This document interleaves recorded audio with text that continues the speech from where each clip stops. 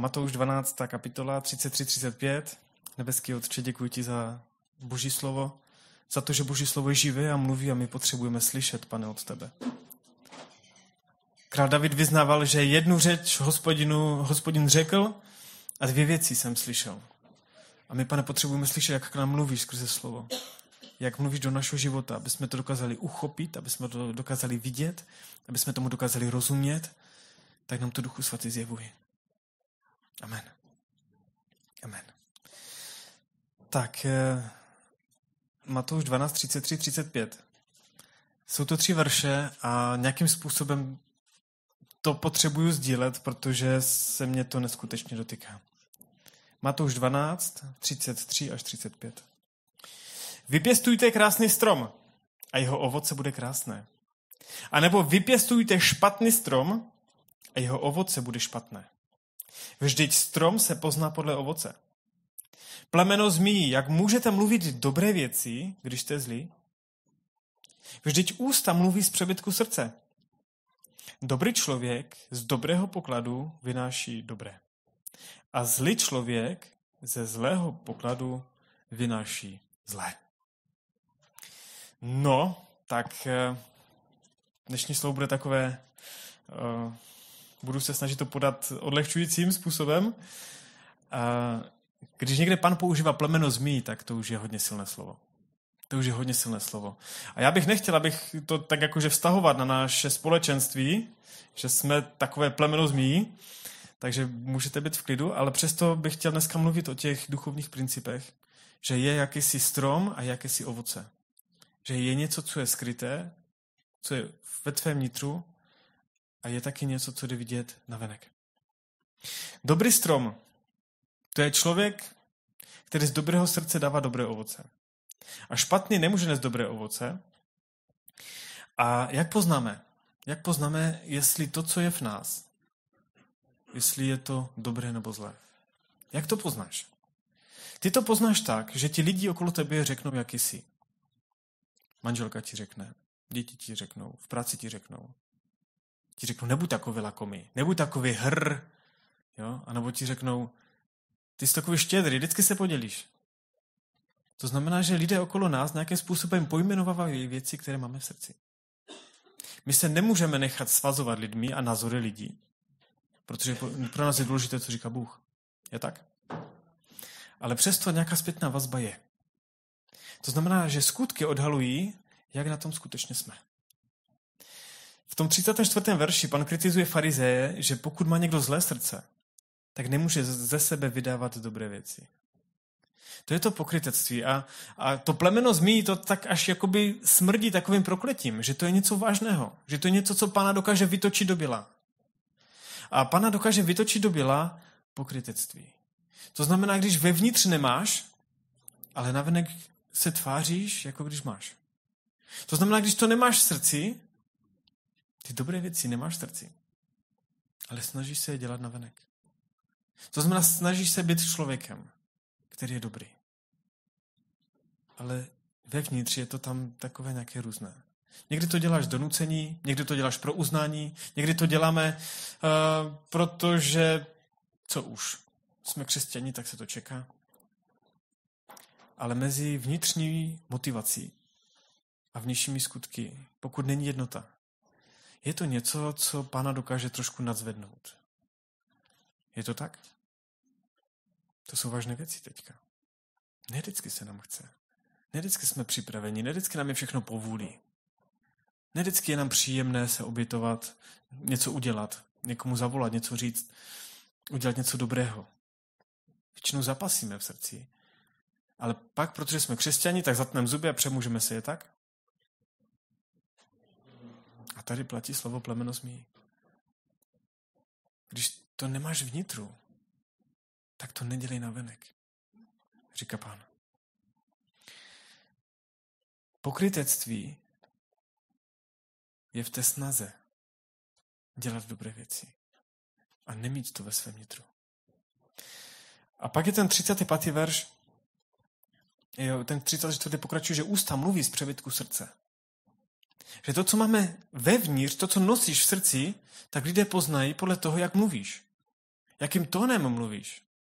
Jestli jsi kritický a kritická, jestli si vždycky stěžuješ, jestli vždycky mluvíš, jak to je všechno těžké a složité a jak jsi vyčerpaný, vyčerpaná a jak prostě všechno máš hodně, tak z čeho to bere zdroj? Ten problém není vyčerpanost, ten problém je nastavení srdce, že tam někde hluboko v srdci je problém, který je třeba řešit. Proto je Pán tak tvrdý na ty farizeje a říká jim plemeno zmí, protože potřebují řešit zásadní věci ve svém srdci. A pokud ty postoje nevyřeší, tak se nikam neposunou. A konečně 35. verš. Tam je napsáno, že lidé v sobě nosí určitý poklad. A víte, co mě zarazilo v tom verši? Fakt mi to překvapilo a to je možná i důvod, proč o tom dneska budu mluvit, že poklad dokáže být i zlý. Přemýšleli jste nad tím, že nosíme zlé poklady v sobě? Zlý poklad? Dobrý poklad. Poklad je vždycky dobrý, protože se to týká nějakých movitých věcí, něčeho vzácného, něčeho hezkého, krásného, ale zlý poklad. Můžeme v sobě nosit zlé poklady? Je to tak? Je to tak? Pan Ježíš říká, že ten poklad, který v sobě nosíme, to jsou naše hodnoty, naše postoje a náš charakter. A kdo je dobrý, podle Pana Ježíše, ten dělá a říká dobré věci. A kdo je zlý, tak ten neříká dobré věci, ten nedělá dobré věci a ten má špatné hodnoty, špatný postoj a nakonec špatný charakter. A my jako křesťané jsme přeborníci v bitvě se svým starým charakterem. Takže my víme, že mít špatný charakter je něco, co do církve nepatří.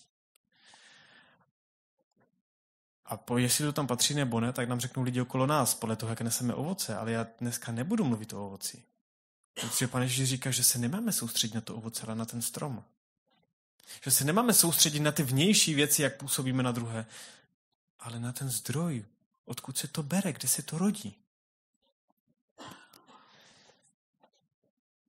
Činy a slova jsou důsledkem stavu vnitřního člověka. To znamená, co děláš a co říkáš. Svědčí o tom, jaký jsi. Co máš v srdci? Co tam nosíš? Co tě tam trápí? Jaké zranění si tam neseme? A tak jsem přemýšlel nad tím, co je to ten poklad. A poklad je něco, co musí mít hodnotu, jinak to není poklad. A tak si řekni, co má pro tebe hodnotu. Co má hodnotu ve tvém charakteru? To, co má hodnotu, to jsou věci, za které jsme zaplatili cenu. Souhlasíte? Můžeme se na tom shodnout? To znamená, něco tě to stalo. Nějaké úsilí. Pokud jsi studoval školu, tak ses tam naučil něco a investoval si do toho svůj čas, svůj potenciál a něco ses naučil. Třeba já jsem byl na teologii 3 roky, tak jsem se naučil, já nevím co, vykládat písmo nebo nějak jako uvažovat teologicky trošku v nějakých širších kontextech. A to je můj poklad. To je můj poklad. To je něco, co jsem se naučil. Ty jsi studovala jinou školu. Naučila se z jiné věci. A to je tvůj poklad. To znamená věci, které víme. Věci, které jsme studovali. Vytržení třeba. Pro některé poklad je správný názor na vytržení. Oni přečetli x knih a když s nimi mluvíte, tak vždycky skončíte u vytržení a vás budou přesvědčovat, jak to všechno bude. Protože to pro ně má hodnotu. To je jejich poklad. To oni vynášejí, protože pro ně je to vzácné a chtějí ten poklad dávat dál. Poklad jsou věci vzácné, za které jsme zaplatili cenu. Třeba zkušenosti. Zkušenosti jsou tvým pokladem. Ne všechny zkušenosti jsou příjemné. Pán nám nikdy neřekl, že budeme mít bezproblémový život. Naopak, říkal nám, že stojíme proti zlému a jsme uprostřed duchovní bitvy a schytáme mnoho ran. Mnohokrát selžeme. Ale jeden z takových pokladů je třeba nevyslyšená modlitba. Nevyslyšená modlitba. Je to něco, co... Máte nevyslyšenou modlitbu ve svém životě? Zažili jste to? Jak jsi s tím naložil? Jak jsi k tomu postavil nakonec? Mávla se nad tím rukou a řekla si, nějak bylo, nějak bude, Bůh je dobrý. A nebo jsi prošel krizi víry. Když jsi začala pochybovat o tom, jak to teda je s ostatníma modlitbama, když jedna je nevyslyšená. Jak to teda je s Boží věrností a s Božím slovem a s Božím zaslíbením. A tak si potom na konci téhle zkušenosti dospěl k nějakému závěru, který tě sformoval. Mohl v tobě zanechat nevíru. A ta nevíra může být tvůj poklad, který je zlý. A nebo v tobě mohlo sformovat důvěru v církev. Že ti někdo pozbudil, pomohl, že ti někdo vytáhl z té jámy, z matku a deprese a takové té nejistoty, která přišla skrze těžké okolnosti do tvého života. A to je dobrý poklad. To jsou dobré věci. Zranění, selhání, zklamání a naše reakce na tyto věci určují, jaký poklad nosíme v srdci. Už jste se setkali někdy se zahořklým křesťanem? Wow. Je tam dobrý poklad v tom srdci? Není. Je tam hořkost. A to jde poznat po pár větách rozhovoru. Tam jde poznat, že tam je něco, co tam nepatří.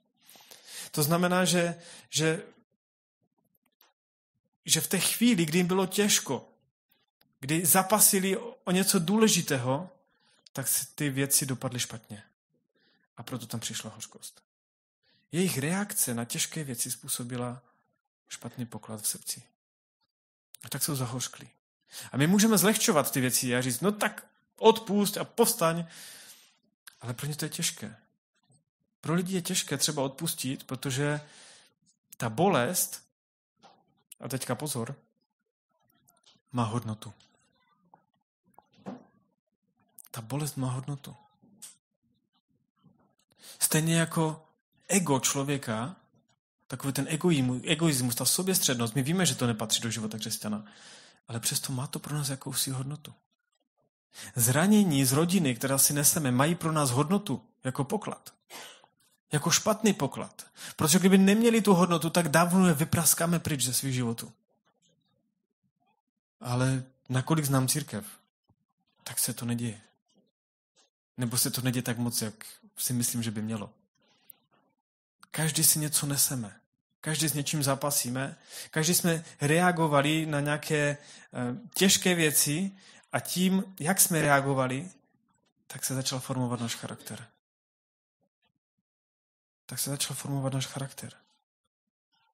Každý z nás prošel těžkými věcmi a to jsou cenné věci, ty těžké věci.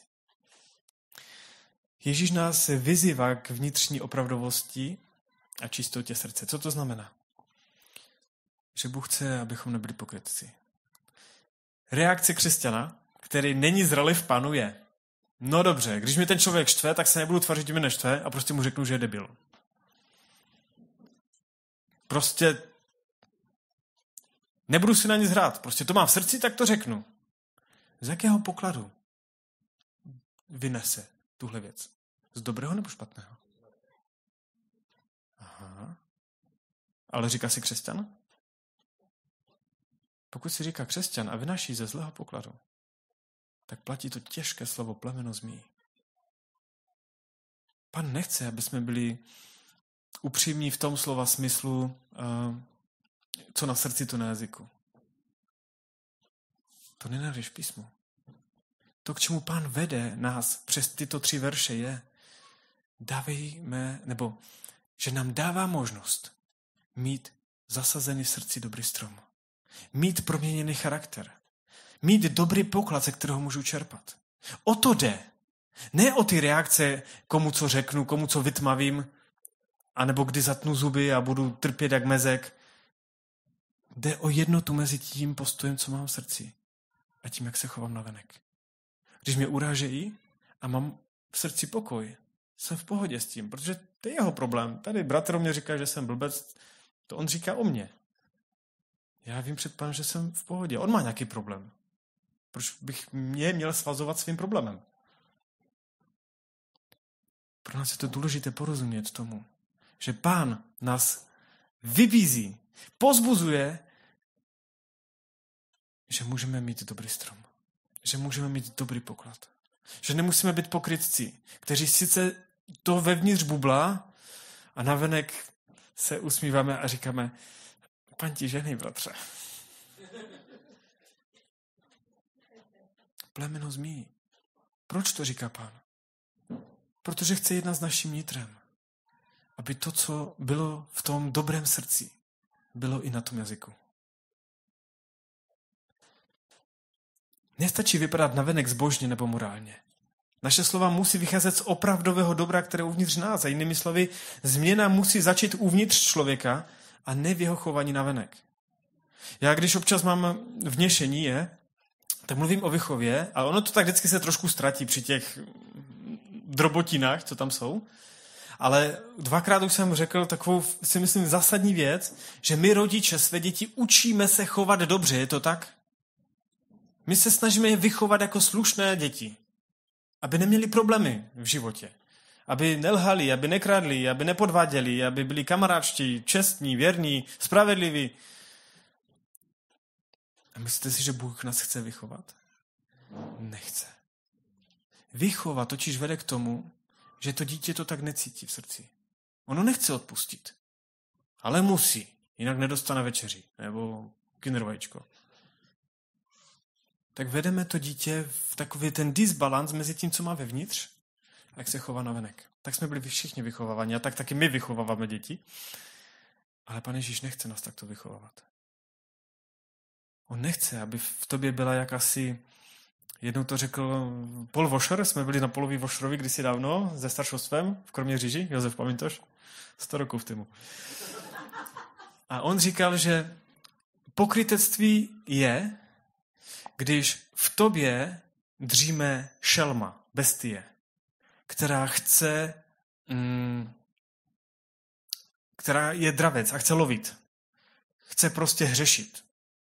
A ono je to tam svázáno jakýmsi náboženským zákonnictvím, to znamená, no ale ty nemůžeš hřešit, bratře, ty nemůžeš to, ty nemůžeš ono, ty nemůžeš tamto.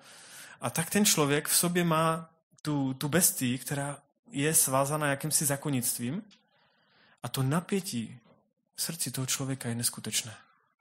Protože na jednu stranu chceš, ale nesmíš. A jenom otázka času, než se to promítne do tvojí duše, do rozpolcenosti, do podrážděnosti, do naštvanosti, protože není v jednotě to, co je vevnitř, s tím, co by si chtěl dělat. To je to, co Pán Ježíš říká, že můžeme zabít tu bestii. Že křesťanství může pramenit z tvého nitra. Že láska k manželce, k manželovi, k dětem, pokoj a radost, že to může pramenit z našeho nitra. Že to není něco, co by mělo být a tak se to snažíme nahánět někde vnějšími věcmi, aby to bylo. Ale že to tam může přebývat. A právě protože to tam je, tak se to může šířit.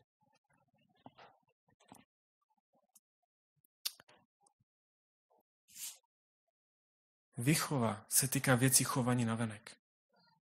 Pán Ježíš nás nechce vychovávat tímhle způsobem.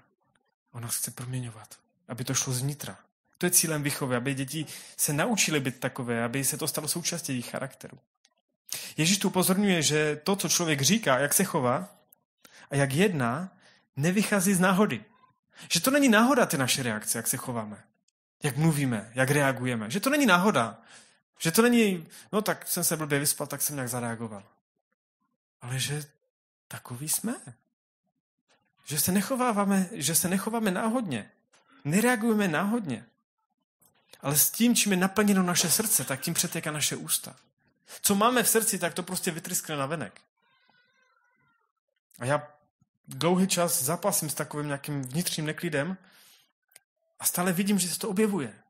Já to tam nechci, modlím se za to, snažím se osekávat jakoby ty větve, snažím se s tím ovocem jednat, ale Pane Ježíš mi říká, musíš jednat se stromem.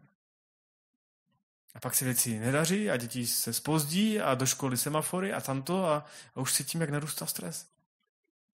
Protože to, co je vevnitř, tak se dostává navenek. Každou sobě taky. Pokud máme nahromaděnou hořkost, strach, závist nebo hněv, tak budeme vědomě i nevědomě to předávat dál. To vědomě i nevědomě budeš předávat dál. Skrze kousavé poznámky, skrze takové nějaké podrážděné reakce, podezřívavosti druhých lidí, anebo takovým ochranným chováním, aby ti někdo náhodou něco neřekl, co by se tě dotklo. To je takové to, že když máme jakési zranění, tak máme stále takový obranný reflex. Zkrátka to tam bude. A pokud máme pokoj s Bohem a sami se sebou, pak ve chvíli stresu se to bude projevovat laskavostí a trpělivostí. Když máš pokoj, tak víš, že v pohodě, že o nic nejde. Ve vztazích se často soustředíme na to, co druzí říkají. A my ty lidi posuzujeme podle toho, co nám říkají. Když nás pozdraví, když nás obejmou, tak říkáme, to je dobrý bratr. A když nás nepozdraví a nevyštísko, tak asi má nějaký problém. Ale Pán Ježíš nás vede hlouběji. Abychom šli až tam, odkud ty slova a činy vycházejí. Abychom nehodnotili lidi podle jejich vnějších forem. Protože rychle se zvykneme na předtvářku a pokrytectví. A to není církev, ve které Pán může vylet svoji moc. Když není problém, když není hřích, tak není ani odpuštění. Mnohokrát se tak tváříme, že vlastně to nevadí, že vlastně žádný hřích není, že se nic nestalo. Ale pokud se nic nestalo, tak není ani odpuštění. Když není odpuštění, tak není svoboda. Když není svoboda, není radost. Když není radost, tak hledáme způsoby, jak naplnit naši duši radostí. A když to nenacházíme v Bohu, protože není odpuštění, tak to nacházíme kdekoliv jinde. A pak to je problém. Člověk, který lže, nebo manipuluje, nebo přehání, nebo ponižuje, tak to často dělá, protože má strach, bolest, anebo zmatek v duši. A ty reakce negativní působí navenek. A teďka si představ, že se setkáš s takovým člověkem, u kterého se necítíš vůbec dobře. A vidíš, že má problém. A nemluví moc hezky ani o tobě, ani o nikom druhým. A naše první reakce jako křesťana je nenechám si kazit svoje srdce. Ten člověk je takový a takový. Začneme ho definovat podle toho, co říká. Ale ten člověk potřebuje jednu věc. Aby jsme tam zůstali. A začali s ním mluvit o tom, co má v srdci. Proč je takový, jaký je? Víte, jestli trošku se věnujete pastoraci Josef, jo? Vy další, někteří vás taky vím, ty lidské životy jsou tak někdy těžké a složité. Tolik ran dokážou lidi schytat od nejbližších, tolik podvodů, tolik ponížení, tolik zranění. A potom je jednoduché takového člověka prostě hodit přes palubu a říct, on je taky, já se s ním nebavím. Jejich duše volá o pomoc. Proto jsou takoví. A pro takové lidi přišel Pán Ježíš. To je dnešní slovo, že můžeš mít dobrý strom.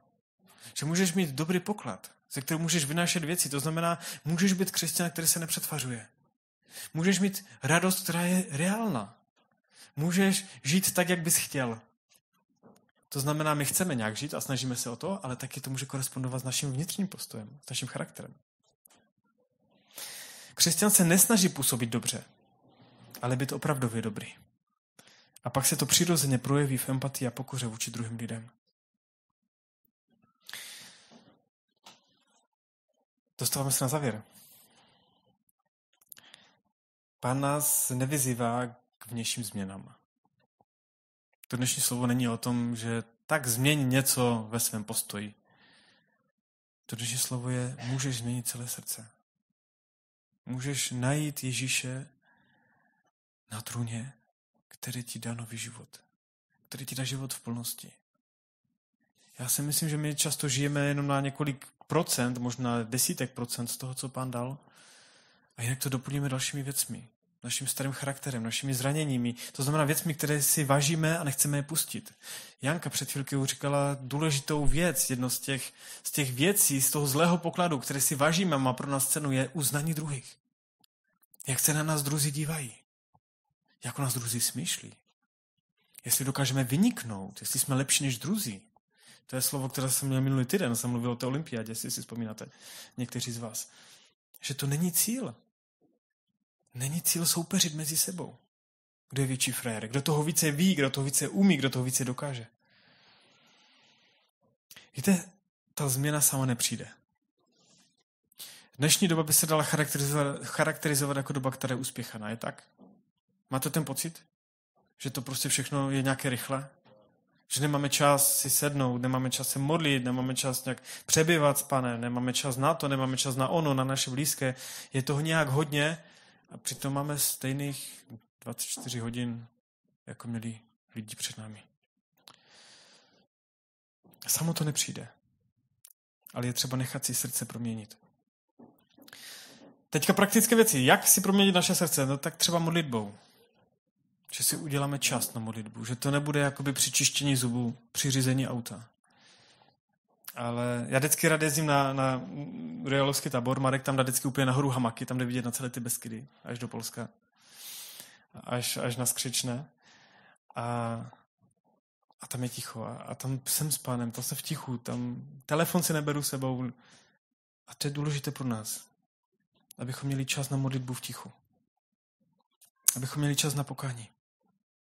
Aby pokání nebylo takové, Pane, promiň, já jsem zase, tam jsem seřval děcka, tam jsem manželce odpisku, no, Pane, promiň. A jdu dál.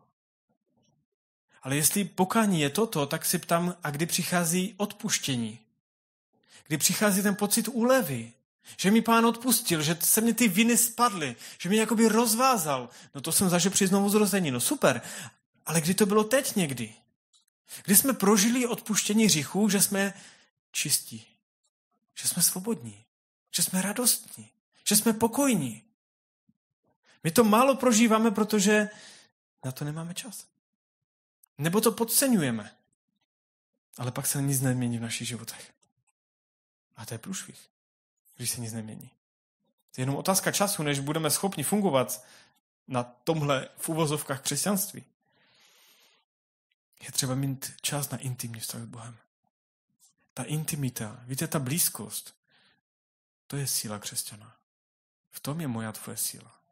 Jestli nemáme čas na intimitu s Bohem, prostě jen tak s ním být, jen tak s ním mluvit, jen tak mu naslouchat, jen tak si číst písmo, bez nějakých vyrušovacích elementů, jinak změna sama nepřijde. Samo to nepřijde. A pokud už jsme vybojovali některé věci, to, co už je proměněné, tak o to je třeba pečovat. To už jste možná taky pochopili, že některé věci, co jsme si vybojovali na modlitbě, možná dlouho jsme to zapasili. Když se to stalo vítězstvím, tak jsme to tak nějak vypustili. A věci, které jsme kdysi porazili, tak se nám začínají znova vracet do života. A možná i silnější, než byli. Protože jsme nepečovali o to dobro, o to dobré, o ten dobrý poklad, co nám Pán dal. Často, když máme vítězství, tak už neuschylujeme o zachování toho vítězství, ale padáme znova na stejné místo. A to je příklad hořkosti, to je příklad neodpuštění, to je příklad pornografie. A dosaďte si, co chcete. Znova a znova a znova a znova a znova. Takže náš duchovní život není o tom, co děláme pro Boha. Není to o tom ovoci. O tom není duchovní život. Ale je o tom, čím necháme Boha naplnit naše srdce. Je to o té blízkosti s ním. Je to o tom stromu. Je to o těch kořenech. Je to o tom nitru, o tom srdci. O tom je. A z toho pak vychází naše reakce, naše činy i náš charakter. Máme čas večeře Páně. Prosím Zdeňka, aby to připravil. Tady máme stolík. Budeme chodit z téhle strany a odcházet tam tou stranou. A nebudeme... Kolik máme hodin? Máme 40? Paráda, já jsem myslel, že 41. Takže nebudeme spěchat. Dneska nebudeme spěchat.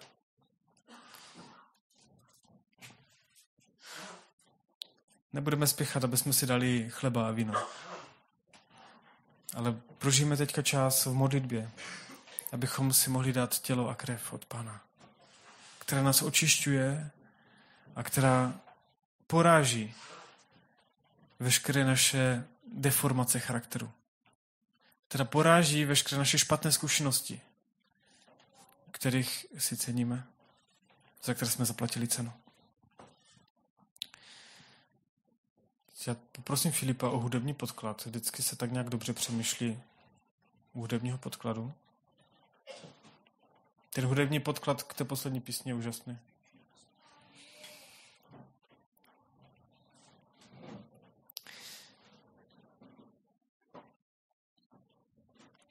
A můžeme během toho, co Filip bude hrát, takový hudební podklad, řekněme, já nevím kolik, 2-3 minuty, se zeptat Pána, co tam teda máme v tom srdci. Pane, jaký poklad tam mám? Z čeho vlastně beru? Z čeho beru slova? Odkud beru zdroj mojich reakcí? Odkud beru zdroj mojich slov, mojich reakcí? Z čeho pramení můj charakter? Já myslím, že všichni, jak jsme tady, tak jsme znovu zrození. Ale přesto se nás to slovo dotýká. Protože si nenalháváme věci. Vidíme, že to s náma není tak černobílé. Nebeský Otče, stojíme před tebou jako tvoje církev, nebo sedíme, nebo jsme.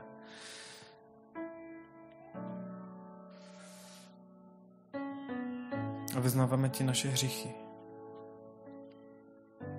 Protože nechceme podceňovat věci, které nejsou v souladu s tvým slovem.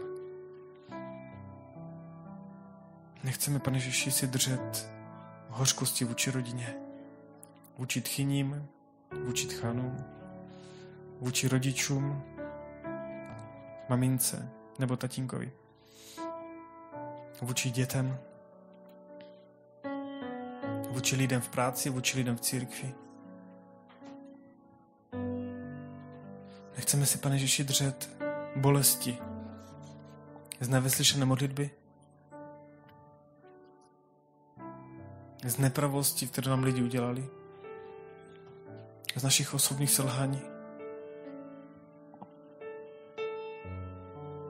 Ježíši, my potřebujeme ten dobrý poklad. My potřebujeme tebe, Pane. Potřebujeme, aby si znova, Duchu Svatý, naplnil naše srdce. Potřebujeme, Pane Ježíši, znova být obmytí tvojí krví. Nejenom jako. Duchu Svatý, my to potřebujeme prožít. My potřebujeme, aby se nám navratila radost ze spásy. Radost toho, že jsme Boží děti. My potřebujeme vidět, Pane Ježíši, jak utíká hřích a pokušení z našeho domu, z našich dveří. My potřebujeme vidět, Pane Ježíši, vítězství v oblasti charakteru, v oblasti závislosti, z oblasti pokušení. Znova to potřebujeme vidět, Pane Ježíši, a prožít. Protože ty jsi přišel, aby si porazil hřích. A každý jeden z nás to může zakusit. A tak, Pane Ježíši, dneska přicházíme před tebe. K večeři, Páně, k tomu času, kdy si připomínáme, že tvoje krev a tvoje tělo byly prolité proto, abychom je mohli žít.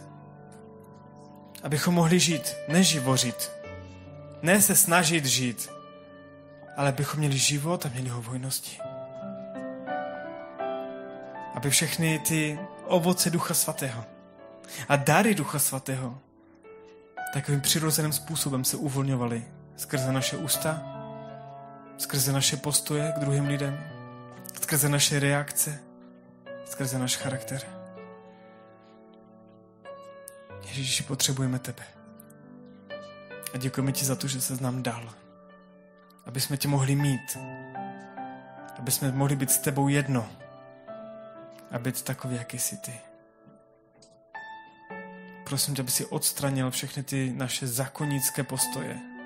To napětí mezi tím, co máme hluboko v srdci, k čemu nás táhne naše lidská přirozenost a tím, co děláme navenek. Ať, Pane Ježíši, zavládne jednota mezi naším vnitřním postojem a našimi vnějšími skutky. Ať se nám navratí radost z toho chodit ve tvém duchu. Radost z toho chodit jako ospravedlněný. Radost z toho chodit ve světle. Ať se nám to znova navrátí, Pane Ježíši. Radost to, že jsme Boží děti. Že to je to nádherné a krásné. To je to cenné. To je to nejúžasnější.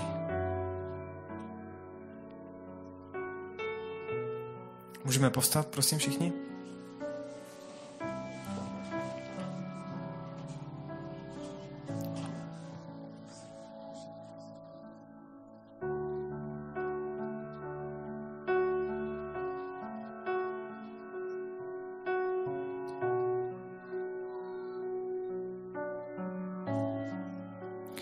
Hospodine, zkoumáš mě a zdáš mě.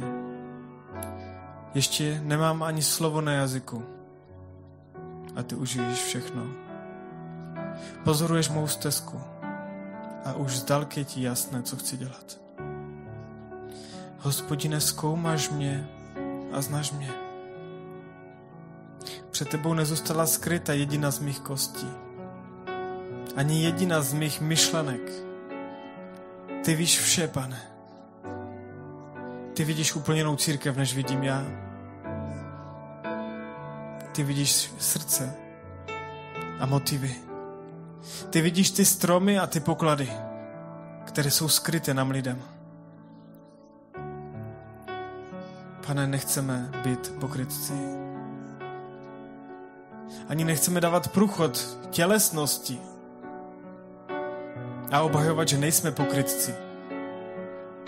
My potřebujeme proměněné srdce. Nové srdce ve mně stvoř, Hospodine. To masité srdce, Pane. Znova obnov život v nás, Pane. Znova ať posílí se duch v nás, Pane. Ten nový život, ať se znova posílí. Aby jsme odcházeli z tohoto místa plní radosti. Plní pokoje, Pane. Ať je to vidět v našich reakcích, v našich postojích, v našich slovech, v atmosféře doma, v atmosféře v církvi, v atmosféře v práci. Ať o nás druzí můžou říkat, že jsme nositele pokoje. Milí bratře, drahá sestro. Dneska je čas, kdy Pán znova říká, že ti dal vše, co potřebuješ ke zbožnému životu. Že nechce, aby si byl jako zmije, jako pokolení zmíjí pokryteckých. Pán se dneska chce vypořádat s mojí a tvojím pokrytectvím. A chce udělat soulad mezi postojem srdce a věcma navenek. Jestli toužíš a chceš vzít z toho, za co Pán zaplatil svým vlastním životem, z toho nepřeberného bohatství jeho milosti, tak tě zvu tady dopředu. Aby si znova připomenul, že Pán udělal vše, aby tvá duše byla šťastná. Aby tvá duše byla radostná, aby tvá duše byla pokojná, aby tvá duše zkrátka mohla zakoušet Boží přítomnost. Zvu tě proto tady dopředu.